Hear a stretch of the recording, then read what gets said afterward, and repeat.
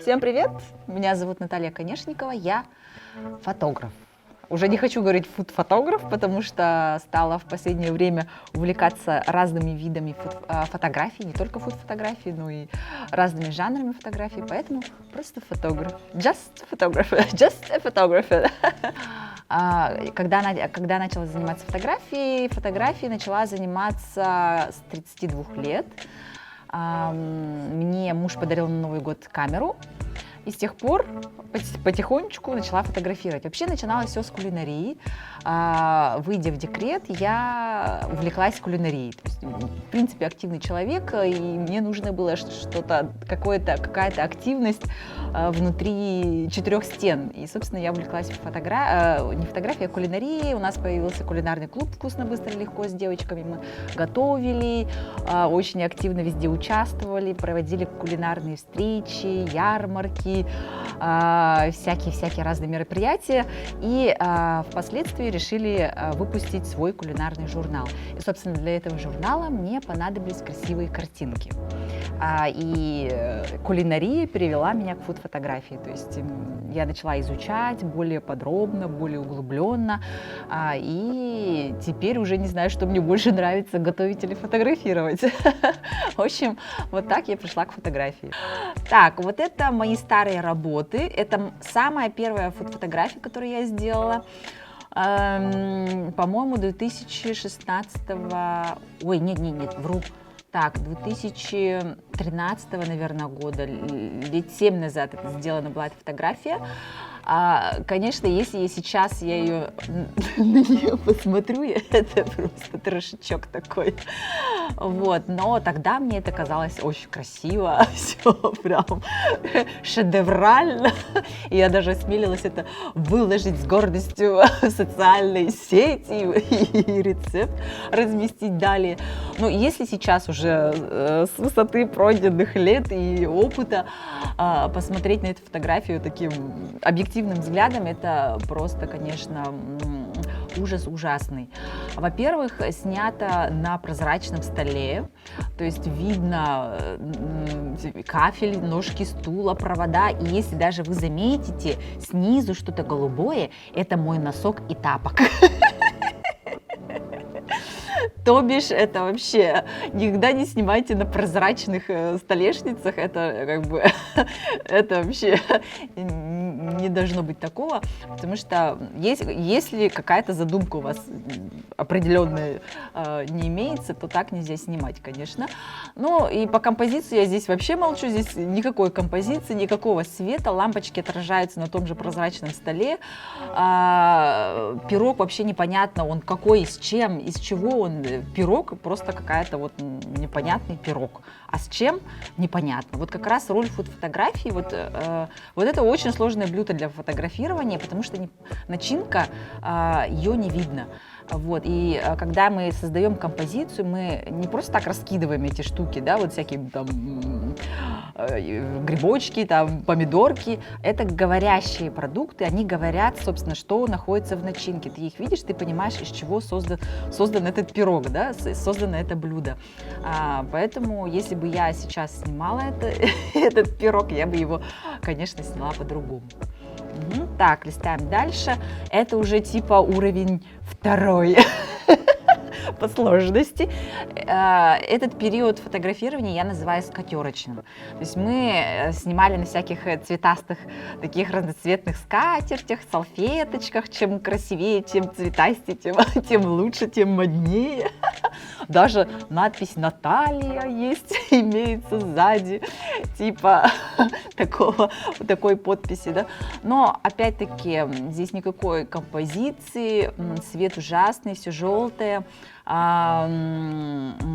в общем, тоже не самый красивый ракурс, не самый красивый свет, но уже немножечко есть апгрейд. По крайней мере, нету прозрачной столешницы, и уже что-то просматривается. Видно начинку, понятно, что он шоколадный, что-то уже более-менее вырисовывается, да?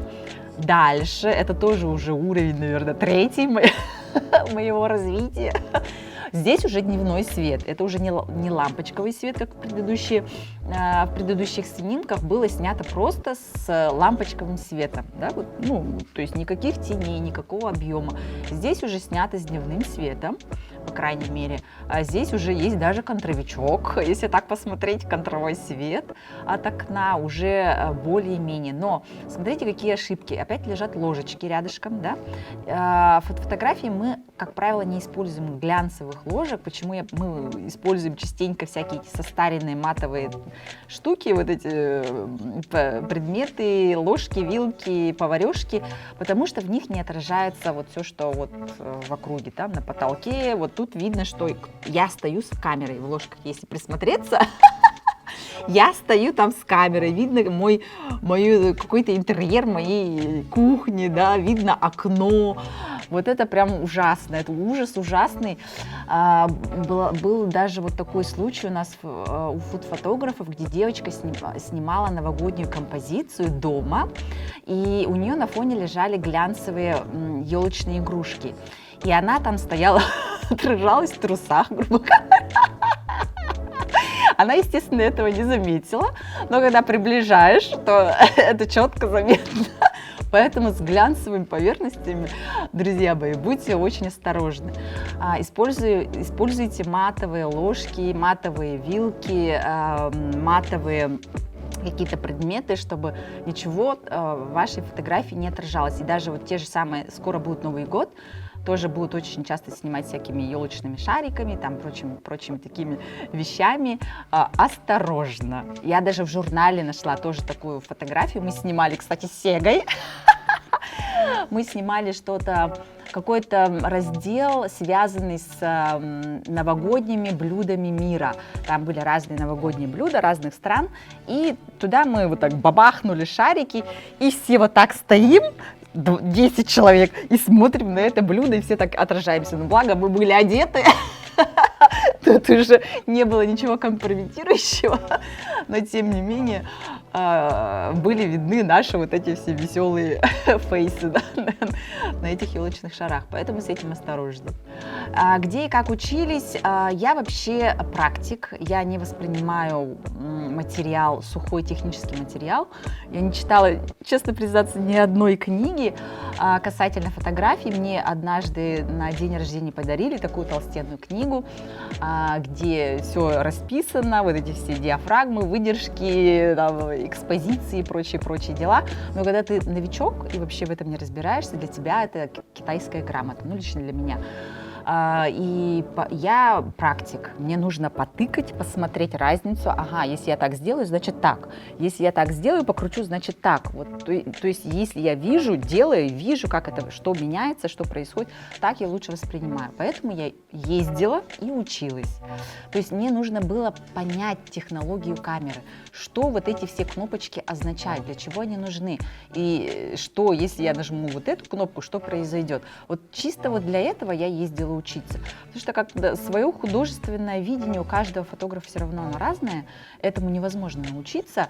Конечно, можно узнать правила, композиции, тра-ля-ля, но каждый все равно видит по-своему, да? Свет по-своему видит, каждому кажется, ну, у кого-то стиль там любит дарк, кто-то любит светлые тона, кто-то любит там милаш, страняшество, кто-то наоборот репортаж. Ну, это тут вообще поле деятельности огромное. Кто-то любит лаконичные кадры, кто-то любит нагромождение предметов. Это все очень индивидуально.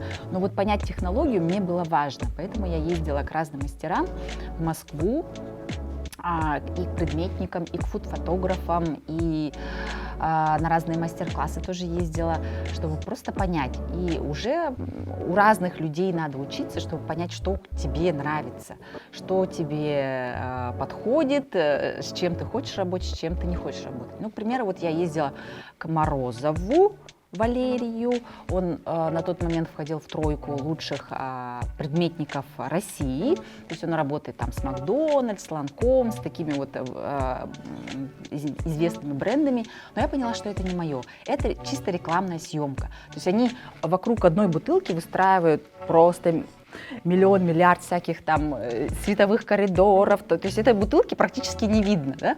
И, конечно, там работа идет на конкретного крупного заказчика. оплата соответствующая. Я понимаю, что в Якутске у меня таких заказов не будет, у меня нет таких заказчиков, мне не надо столько техники закупать, чтобы сфотографировать одну какую-то бутылку, да, или парфюм. У нас нет таких заказчиков. То есть для общего кругозора это очень полезно, это надо знать, это интересно, но как бы все равно для себя ты делаешь выводы, это не мое. Вот, и идешь дальше, и что-то вот учишься. Вот, ну а дальше уже как бы все, очень многое приходит с практикой. Ага. Так, ну как сейчас я снимаю? Конечно, внутри фуд-фотографии тоже очень много направлений. И минимализм, и дарк, и светлые фотографии, журнальные снимки, и рекламная съемка. И, в общем, там тоже своих подразделений и ответвлений очень много. Но у меня вот больше такой, наверное, не знаю, рустикальный стиль, то есть я люблю вот эти все фактуры выделять, но учитывая то, что я с книгами, журналами работаю, тоже как бы там свои нюансы, тут главным объектом должна быть еда, то есть когда очень-очень много предметов в кадре, взгляд не знает, на чем акцентироваться, и, естественно, ты уже как бы, уже еда не главный герой, это, как правило, сервировки, да, вот когда огромный стол, там всякие цветы, и все подряд, куча людей. Где там еда? Там ее практически не видно. Такие это снимки более атмосферные. Они идут на развороты, они идут там как начало раздела, да? То есть это уже немножко другая история. А если вот фотографии самой, ну вот здесь у меня, конечно, больше творчества, да? То есть то, что вот я публикую для своих книг, то, что у меня идет на мои издания, то, что я снимаю для ресторанов, это абсолютно другая история, потому что у каждого ресторана, у каждого заказчика есть своя определенная техзадание, по которым я работаю. Вот это все у меня на сайте как раз, да, кто-то вообще ничего, просто на белом фоне снимаешь, но это не всегда, вот заказная съемка не всегда совпадает с моим видением, поэтому очень часто фуд-фотографы не публикуют то, что снимают для ресторанов, потому что это не они, это для заказа, да, то есть для коммерческой съемки. Поэтому я сделала отдельный сайт и направляю туда своих, собственно, заказчиков, чтобы они посмотрели, что им хочется, какие работы им надо, а здесь больше для людей, потому что людей все-таки цепляет что-то вот такое душевное. А когда просто тарелка на белом фоне, она их не цепляет. Ну что вот, ну да, тарелка, ну белая, ну и что там интересного, да, что ты хотела этим сказать. Вот это людей не цепляет, а я-то снимаю для людей, то, что вот профиль у меня для людей. Какая-то история должна быть, поэтому я люблю немножко многосложные композиции. Если меня посмотрите, они как бы не сказать, что лаконичные, да, я люблю такое немножко нагромождение предметов, чтобы можно было рассматривать, как-то вот, чтобы это было вкусно, красиво. Ну и как мы сейчас с вами говорили, что тот же самый пирог, и непонятно, что внутри, поэтому я люблю рассказывать дополнительными объектами, вот этим раскладкой содержимое того же самого, допустим, той же самой запеканки. Да? Вчера запеканка, самое сложное снимать это супы и запеканки, что суп это сверху жижа, ничего не видно. Снимать суп это просто целый квест на самом деле, это нужно выложить начинку сначала, потом залить жидкость, притом это надо заливать в том же месте, где ты снимаешь, не таская вот так, потому что все потом это размазывается по тарелке, и уже вот это все убирать очень сложно. То есть ты ставишь, начинку выкладываешь, заливаешь, все эти креветки, там все это выкладываешь красиво, то есть это целое дело. Потом блики, неправильный свет поставишь, суп будет весь белый, то есть не видно вообще, что там он, какой он, какого цвета. Вот это вот целое дело снять один суп. Вот. И то же самое с запеканками. Вот вчера я снимала и говорила, что я ненавижу снимать запеканки, ну, потому что они вообще сверху жижа и вот такая, и непонятно, что внутри. Поэтому вот приходится рассказывать историю, что тут есть сыр, тут есть чесночок, тут и основа это грибочки, да, там какая-то зеленуха там присутствует. И уже вот эта вся вот эта история уже наполняет вот это вот содержимое нашего блюда. Но, естественно, конечно, тут все правила композиции я уже интуитивно использую. Я прям не так, что нарочно, ага, это правило золотого сечения, я ровно сюда все кладу. Это у меня уже идет автоматически. Не знаю, так получается. Но, конечно, это вот в своих мастер-классах я об этом рассказываю. Ну, наверное, все уже, если вы только начинаете, правила золотого сечения почитайте. там правила треугольников, вот это все из живописи, и видеографии, и везде оно используется. Это просто вообще, это везде, и в том числе и фуд-фотографии. Те же самые правила. Естественно, правильный свет. Свет – это вообще это основа фотографии. Да? Вот если говорить новичкам, как вот ты выставишь свет, так все будет и идти. Поначалу я снимала на дневном свете. Естественно, все новички начинают снимать на дневном. Но даже на дневном можно снять очень классные снимки. Сейчас даже за рубежом у фотографов, наоборот, мода перешла на дневной свет. Очень многие там всякие вот эти кинфолк, вот эти все вот эти какие-то такие моднявые такие журнальчики. Они любят снимать на дневном, там какая-то трепулька лежит, там одна ложенция, рука, и все, и это стильно. Сейчас я своим языком объясняю. Вот. Ну, я люблю все-таки историю в кадре, поэтому у меня лаконичность не всегда мое. Надо, конечно, если надо, я сниму, но чисто как вот мое творческое видение, ну, немножко другое. Вот. А как я перешла на всяких животных, это опять-таки, я вообще ничего не планировала. Вообще ничего не планирую в этой жизни, оно так получается случайно. То есть я ни в жизни не подумала, что я буду фотографом. Потому что я по первому образованию вообще учитель английского языка, по второму образованию я банковский менеджмент закончила. И где там фотография, да? Рядом не лежала. То есть я закончила 2 высших образования и теперь работаю фотографом. Так сложилась жизнь. Вот. Ну и, собственно, также я и не планировала снимать зверей, просто мы не планировала вообще жить на даче, тоже так само собой произошло, но вот на нашей даче очень много всяких зверюшек, птичек, и мне стало интересно их снимать. Вот. Они все такие ручные, мы их подкормили, кормим семечками, то есть они на нас особо не боятся. Я примерно знаю, когда ты живешь вот в этом помещении, вот в этой территории, ты знаешь, когда хорошо падает свет, когда он выгодный, когда примерно подкормить и что там можно. То есть это, конечно, мои плюсы, то, что у меня вот на территории живут животные. В дикой природе их очень сложно вот так вот снять, чтобы все совпало, чтобы свет совпал, чтобы была классная композиция сзади, чтобы листики так хорошо лежали. Это очень сложно. Вот. Плюс нужен длиннофокусный, очень хороший объектив, чтобы издалека их отснять, они дикие все равно не боятся. Вот. А у меня более ручные, поэтому, конечно, я тут могу импровизировать всяко разные, выстраивать там всякие композиции. Даже в прошлом году сняла их с детьми, посадить ребенка и животного в кадре, в одном кадре, это самое нереальное, что может быть, потому что дети сами по себе вот такие, животные тоже неуправляемые. И как мне вот так удалось? Ну, удалось. В прошлом году, как раз ровно год назад, я сняла такую композицию. Наверное, уже помните, дети сидели и белки там таскали вот эти бублики. И вот там и специально снимаю бэкстейджи, потому что многие не верят, многие думают, что это фотошоп. Но не может быть так. Поэтому я снимаю бэкстейджи, показываю, что вот сняла и сразу на камеру сняла, вот видео выкладываю тоже в карусельке, чтобы люди понимали, что это не фотошоп. Вообще, в принципе, насчет фотошопа у меня тоже такое чисто свое субъективное мнение. Сейчас все ликуют и радуются, что фотошоп обновился. Ага, аллилуйя, круто, одну кнопку нажал, и ты стала супермоделью, да? Никаких прыщиков, ничего. Одна кнопка, и ты стала старушкой, там что-то. Я не знаю, я вообще не знаю, я этого не делаю.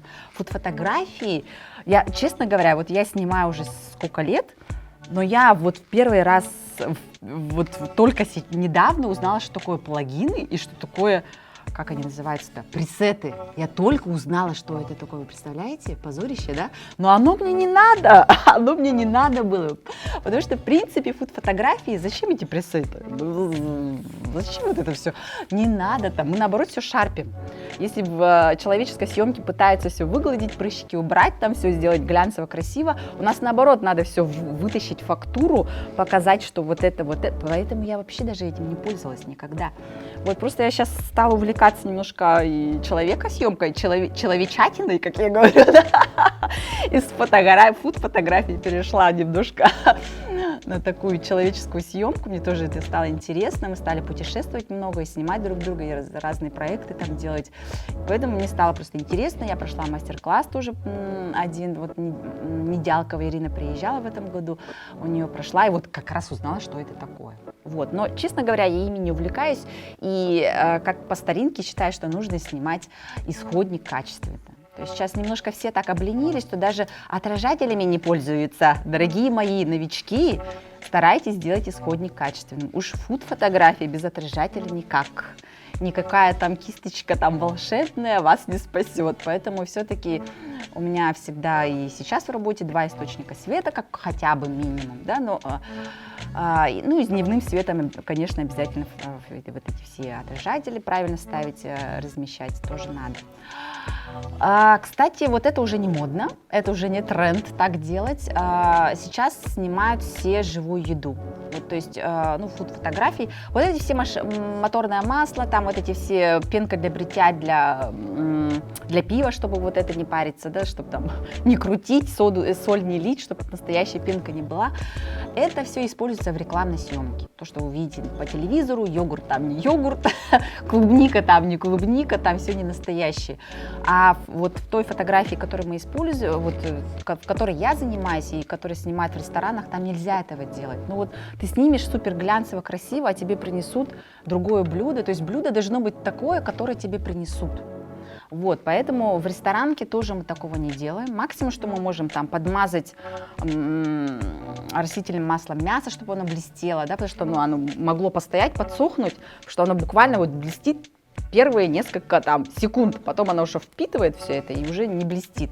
То есть никаких машинных масел. То есть у меня все по-настоящему, все едят дети, поэтому все натуральное. Вот, и это уже не модно так делать. Ну, в издательстве у меня тоже все очень не по правилам. У меня вообще все не по правилам. Но так сложилось. Я интуитивно все это делала. В издательскую деятельность пришла я полным новичком, то есть вообще не зная, что это такое. Слепым мышонком, как я говорю. Первый мой тираж журнала пришел полностью бракованным. Вот, то есть там все буквы «Г» пропечатались как букву «П», но я не стала отчаиваться, не отпускала руки, продолжала свое дело, и сейчас уже достаточно большой опыт по этому вопросу. Поскольку поработала с крупными издательствами и с местными, я уже знаю всю подноготную. Почему я решила выпускать книги сама? Потому что, когда ты выпускаешь с крупным издательством, от тебя в книге остается 40%. То есть ты — это уже не ты. Ты не имеешь права называть книгу так, как ты хочешь. Дизайн, версткой ты вообще не контролируешь. Ты не контролируешь количество страниц. То есть тебя во всем ограничивают, тебя полностью контролируют. Вот это мне не нравится. Я свою аудиторию лучше знаю, чем маркетологи, допустим, там в каком-то издательстве другого города. Они понятия не имеют, что хочет моя аудитория. А я как бы знаю ее, я чувствую ее, я с ней общаюсь постоянно. Поэтому я свою аудиторию лучше чувствую и знаю, что ей хочется, что они любят, как надо. И поэтому вот та вот книга «Время готовить», это первая книга, которую я выпустила сама, она была очень успешная. Я просто такая трусишка выпустила такой небольшой экземплярчик, ну то есть небольшой тиражок, его сразу за 3 дня раскупили. Заказала еще тиражок, его опять через 3 дня раскупили, потом еще тиражок, и еще. В общем, вот так. И, то есть она очень такая стала успешная, потому что вот я сделаю ее так, как я хочу. То есть никого не слушая, никого ничего. Сделала там большое количество страниц, там все, в общем, так, как я хотела. Никаких тем. Я очень не люблю, когда ограничивать одной тематикой. Кулинарной книгой обычно ограничивать тематику. То есть творожное, там что-то еще, там только выпечка, только мясо, только еще что-то. У меня все в кучу. Все про все и все обо всем. Да? Но это на самом деле удобно. Ты в любое что-то захотел, выпечку захотел, приготовил выпечку, там какое-то горячее захотел, приготовил горячее. Это же наоборот универсально и можно найти на любой повод, на любой праздник, любой рецепт. Поэтому как бы так лучше, на мой взгляд. И еще такое правило у издательств: ты не должен публиковать рецепт, пока книга не выйдет. То есть все прямо тайно, за 7 замками, ты ничего не должен показывать, у тебя определенный план. А когда ты работаешь по плану, в творчестве все начинает тухнуть. Да? Творческие люди такие, им нужна свобода, им нужно все вот так, и у них там свои там эти. А когда начинается план, ты уже выжимаешь из себя это творчество, оно уже прям как лимон, и тебе вообще не хочется, тебе надо.